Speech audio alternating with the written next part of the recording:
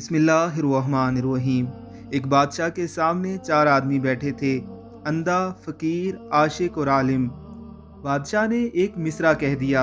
مصرع یہ تھا: اس لیے تصویر جانا ہم نے بنوائی نہیں، اور سب کو حکم دیا کہ اس سے پہلے مصرع لگا کر شعر پورا کرو۔ اندھے نے کہا کہ اس میں گویائی نہیں اور مجھ میں بینائی نہیں، اس لیے تصویر جانا ہم نے بنوائی نہیں۔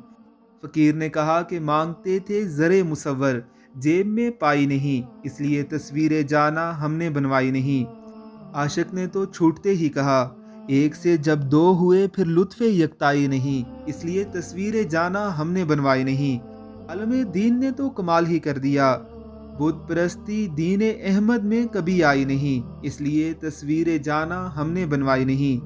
سوچ کا زاویہ ہر ایک کا الگ ہوتا ہے، ہر کسی کا زاویہ نگاہ اس کے مطالعے، مجالست اور تربیت کی مناسبت سے ہوتا ہے۔